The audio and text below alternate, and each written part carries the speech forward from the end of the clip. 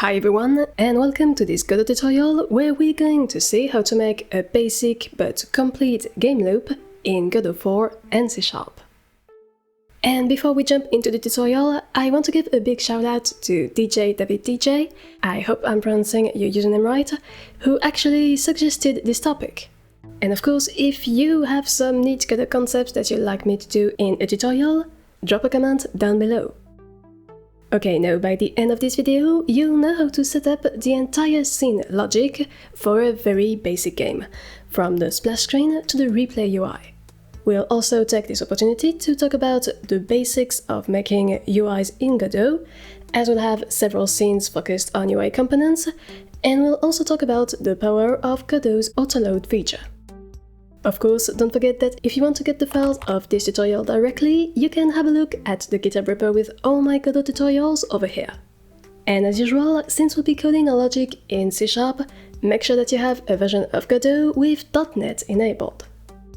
And now with all that said, let's dive in and discover how to make a simple game loop in Godot and C#.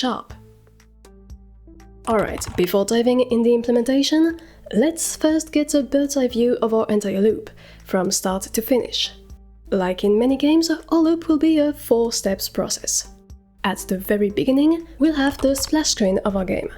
That's something that is almost always present when the game starts, and typically that's where you put like your logo, your team name, all your collaborators, and even sometimes some warnings or extra info. Then we'll get to the main menu, which will just contain 2 buttons, the play button and the quit button, which are pretty self-explanatory.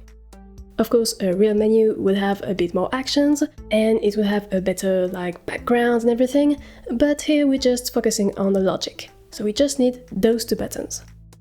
Then if we click on the play button, we'll get to the actual main game scene.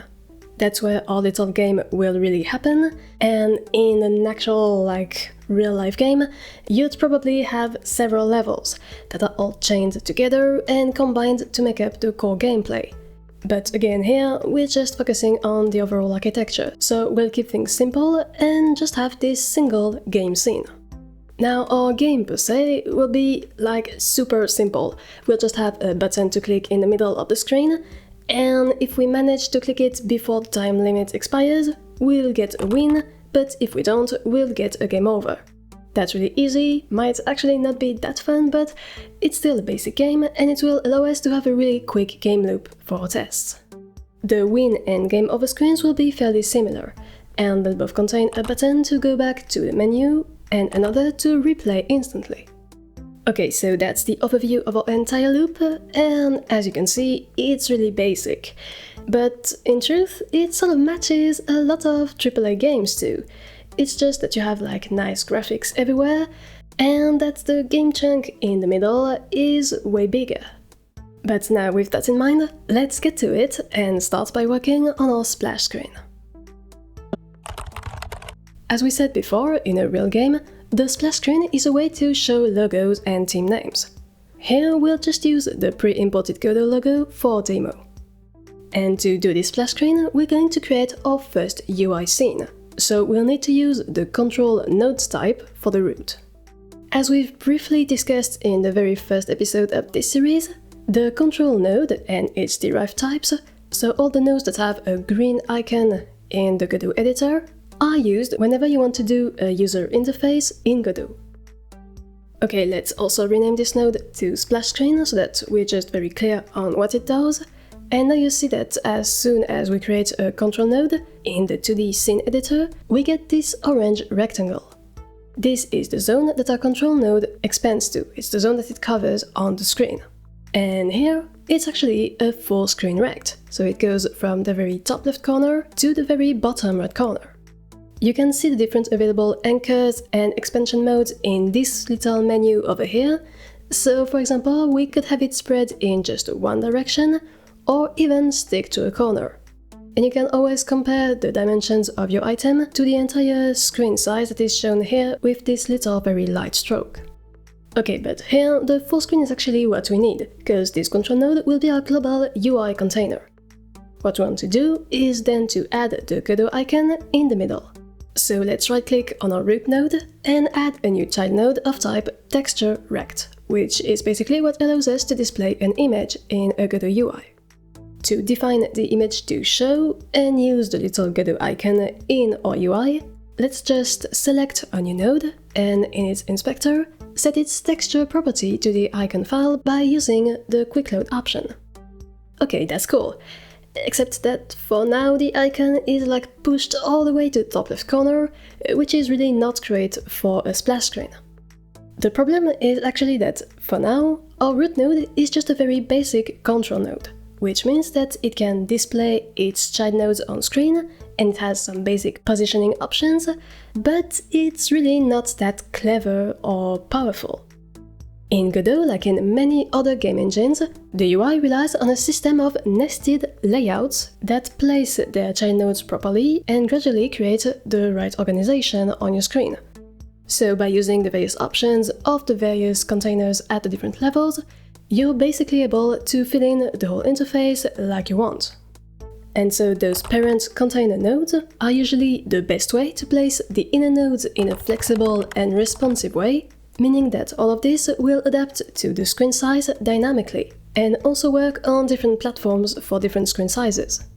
So keeping this idea of nested layout is really important, because the better you master this tool, the better your UIs and the more cross-platform they'll be. Okay, so typically here, let's add a new intermediate node just above our textureRect, and in the new nodes pop-up, we'll start to type in container. You see that Godot has quite a few types for us to choose from, like a vertical or horizontal box container that stack all the children in one direction or the other, or a grid container, or even a more advanced scroll container. But somewhere in this list, there's something that looks fairly promising, the center container. Now we'll simply reuse the little anchor dropdown we saw earlier and set it to full screen for this subcontainer too. And sure enough, you see that our icon is now properly positioned in the middle of the screen. A last little improvement we could make is ensure that our splash screen has a custom background color, because for now it's actually using the default clear color that's defined in your project, and that's automatically shared between all of your scenes.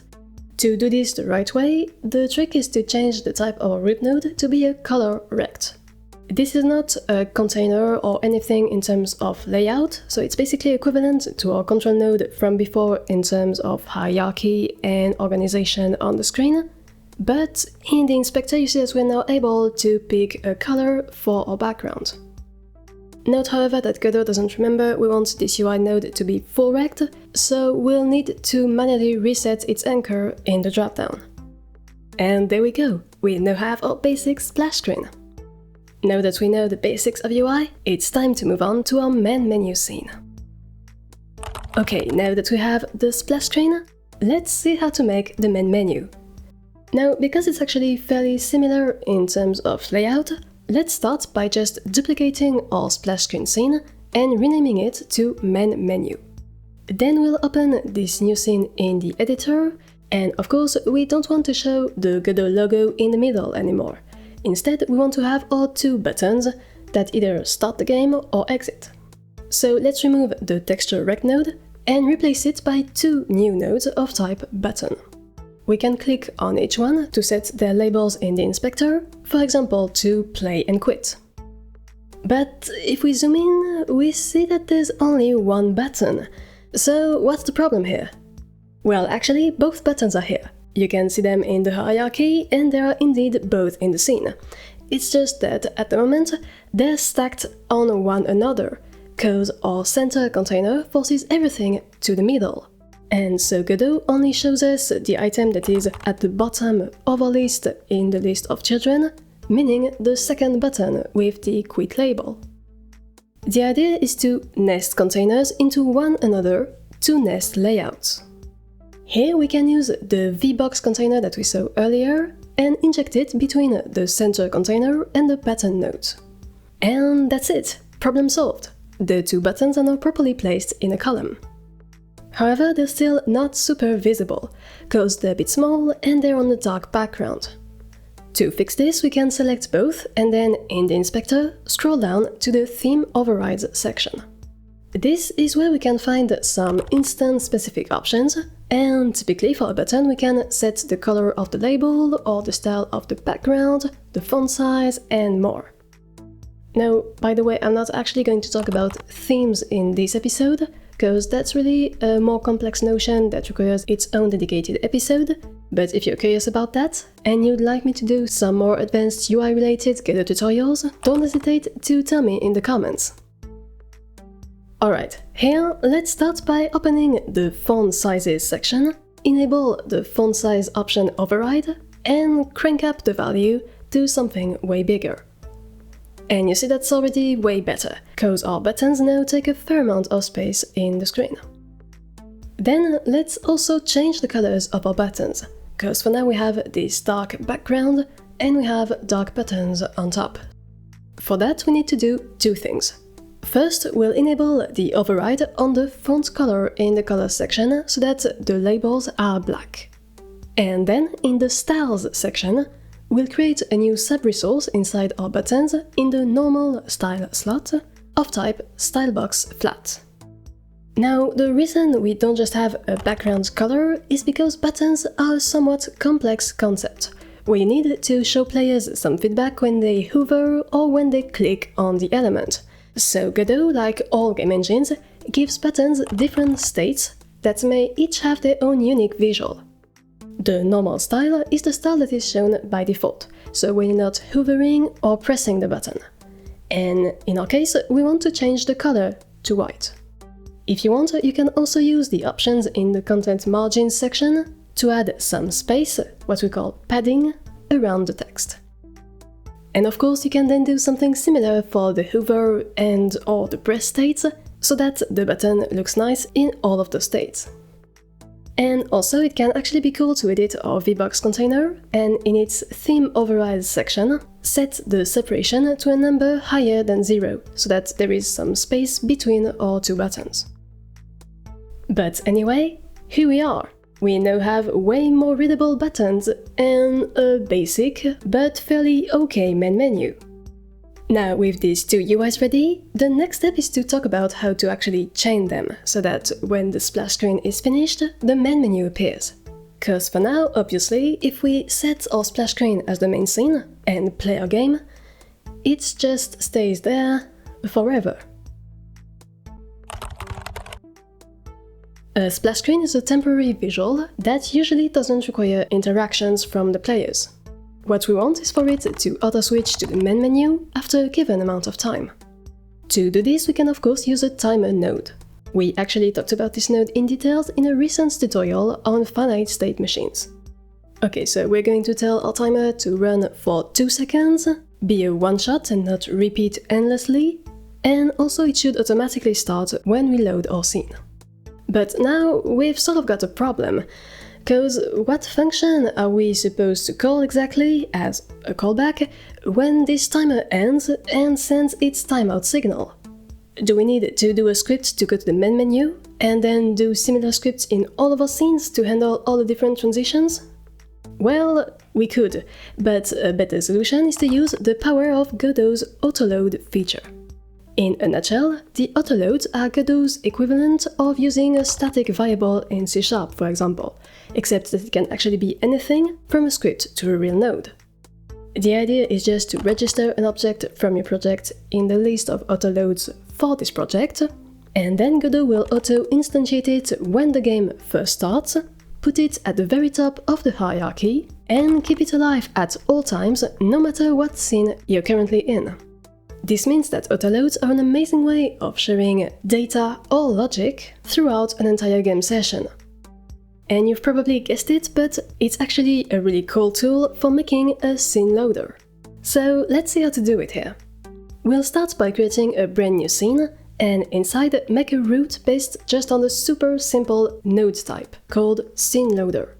We don't have to use any more complex node type, cause we're not going to have like any properties or features on this node. It will just be a way of having our C# logic live and breathe in the game as an autoload. So now we just have to attach a new C# script on our node and open this script. This is the class that will handle all the scene transition logic, and we'll use it at several times in our game loop to jump between our scenes. For now, for example, we want to handle the splash screen to main menu transition. A basic way of implementing this scene loader is to just have a public function that we can call from anywhere in our codebase, and that takes in the name of the scene file to load. We can also add a little exposed variable for the folder to make it easier to organize our project, but that's optional, so it's up to you. However, be sure to properly start the file path in your call to the change scene to file function with the res colon / prefix, cause this tells Godot to search relative to your project root directory. Also, note that the Godot docs actually show an alternate solution where you code a bit more switch logic by hand, and that the technique we're discussing here changes the scene instantly, so you can do any cool transition effects, and if the scene is heavier than what we're using here, it may block your game a little, so it's just a very simple technique. And as always, if you're curious and you want to learn more on how to switch scenes in a Godot C# project in a more robust way, don't hesitate to drop a comment down below. Anyway, now we have a basic scene loader that we can use to change to any scene we want at any time. To actually make it an autoload though, we have to open the project settings panel, go to the autoloads tab, and add this object to the list. So just as a reminder, here we're actually using a node with a script attached on it because we wanted to set some values in the inspector, but you could also have a basic static class or just some pure data. Finally, let's go back to our splash screen node and create another super simple script on it to actually call our scene change. So we'll use it to tell the timer node in our scene to connect its timeout signal to a call of the change to scene function in our autoloaded scene manager when the scene first starts. So just to sum up, this is to get our timer node as an actual timer class instance, this is to add a callback to its timeout function, and this is to access the autoload scene loader in our project and call its change to scene method with our specific main menu scene name. But anyway, that's it. If we relaunch our game, we see that the game now starts, shows the splash screen for 2 seconds, and then automatically moves on to the main menu. Alrighty, so everything is working great so far. And even better, the good news is that we basically have all the knowledge we need to create the rest of our game loop now. So okay, with our new scene loader, we can now very easily ensure that our main menu actually plays something when we click the play button.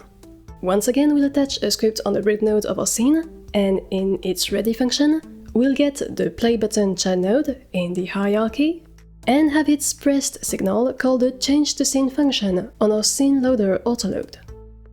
Actually, while we're in the neighborhood, let's also add a little function in our main menu script to handle the game exit process. It's really easy to do, we just have to call the getTree.quit function, which closes our game pop-up window. Then we'll rebuild our project in the MS build tab, so that the engine compiles our code and knows about this new method. And finally, we'll select our quit button node, go to its signals tab, and link its press signal to our new exit function. Now, of course, at the moment, this game.tscn resource doesn't really exist, so we're not loading anything. Let's go ahead and create it in our project. Once again here, our game is really simple, and so the game scene is actually really similar to the menu scene. So let's duplicate it and rename our copy to game. Then we'll simply remove the second button and the VBox container, because we don't need this nested container anymore. And we'll also change the text on the button to say click me. On the root node, we'll replace our script with a new one called game. And we'll give a callback to our click me button so that it triggers a function inside our script called endGame. This function will take a boolean parameter to say whether this game ended as a win or as a game over. And so our button will call it with this win flag set to true. Parallel to this button and win scheme, let's make a new timer node in our scene and link its timeout signal to our endgame function, but with a false value for the win parameter. Cause if that timer timeout, it means that we haven't clicked on the button fast enough, and so we should have a game over. Now in the endgame function, we'll make sure that our timer is stopped in case the function was called by the win button and not the timer itself, and then we'll show a specific UI panel for the endgame interface. Of course, depending on whether we won or lost, we'll set the label to something a bit different, but overall we'll always have a label in the middle and the two buttons to go back to the main menu scene or replay at the bottom of this pop-up. For the replay button, we can actually link it to a new function in our game script that resets and restarts the timer, and also hides the endgame UI. For the back to menu button, we'll link it in our script like we did previously for the other scene transitions. And now, for the final cherry on top, let's add a progress bar at the top of the screen, to clearly tell the players how long they have before the game over. Here, Godot again provides us with some pretty cool built-in, since we actually have a ready-made UI progress bar node that we can add to our scene, edit a little bit, set up to match our timer delay in the script, and then update continuously in the process method of our game script so that the value decreases regularly while the scene is running. Of course, don't forget to also reset the accumulated game time when you hit replay, and use some boolean variable to check if the game is currently running or paused in the endgame UI panel. And here we are! If we run our game again from the very beginning, you see that we now have the splash screen that auto-transitions to the main menu scene. Then we can click on the play button to start our game. We have our timer, and if we don't click on the button fast enough, we get a game over. But then we can hit the replay button to instantly start a new game and click the button to get a win. Finally, we can use the back button to return to the main menu scene and exit our little game by clicking on the quit button. So here you go, you now know the basics of setting up a simple game loop from start to finish in Godot and C#. If you enjoyed this video, feel free to like it and subscribe to the channel to not miss the next ones. And of course, don't hesitate to leave a comment with ideas of Godot tricks that you'd like to learn. As always, thanks a lot for watching and take care.